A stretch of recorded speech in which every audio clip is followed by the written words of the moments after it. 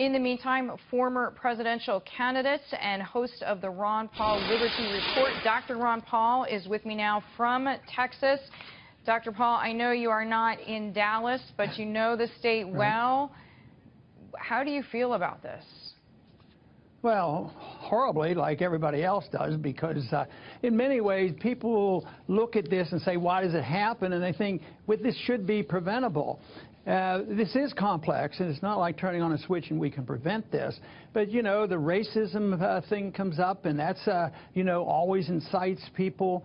But one thing that people don't talk about that I think is worth thinking about, and that is the economic climate that we live in. You know, the middle class and the poor aren't doing well, and it causes people to get into conflict. But we have an entitlement system out there that says that inequalities, there's victims out there, and therefore we must use the government to get what we want, and the government's broke, and it goes on. And then they strike out, and racism gets involved. That statement that the shooter was supposedly had made, I mean, it's pure racism. So it does exist, but I think that there's an economic factor that's not talked about too much. The one thing I'd like to find out more about is the shooter. You know, he spent a year in Afghanistan. I was wondering about post-traumatic stress disorder, because a lot of times these lone guys do it, and I'd be really interested in if he's on any psychotropics, because so often these shooters are on drugs. And one person in his neighborhood said he did come back. He was different when he came back from Afghanistan. But that is your medical background coming through. But you're right, there was a statement from the Dallas Police Department saying, in fact, that Micah Johnson was described as a loner.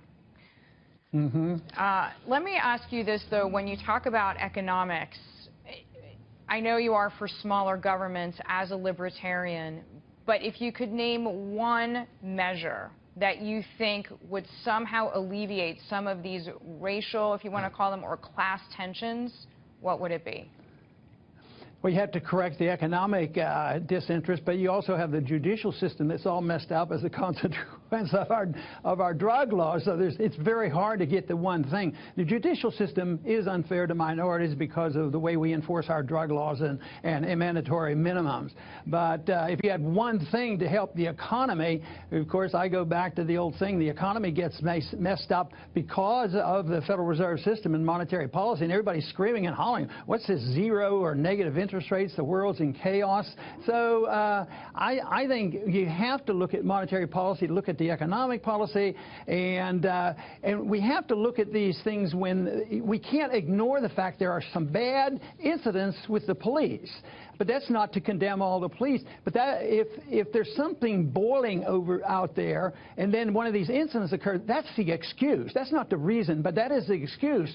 So once this happens, because I don't think Black Lives Matters to the people who claim they do matter. Because if they really did, they'd look on black crime. That's where hundreds are killed. Former President Bill Clinton got somehow caught out making a statement very similar to yours, and then had to, let's say, move it back a bit because his wife is campaigning for president, as we know.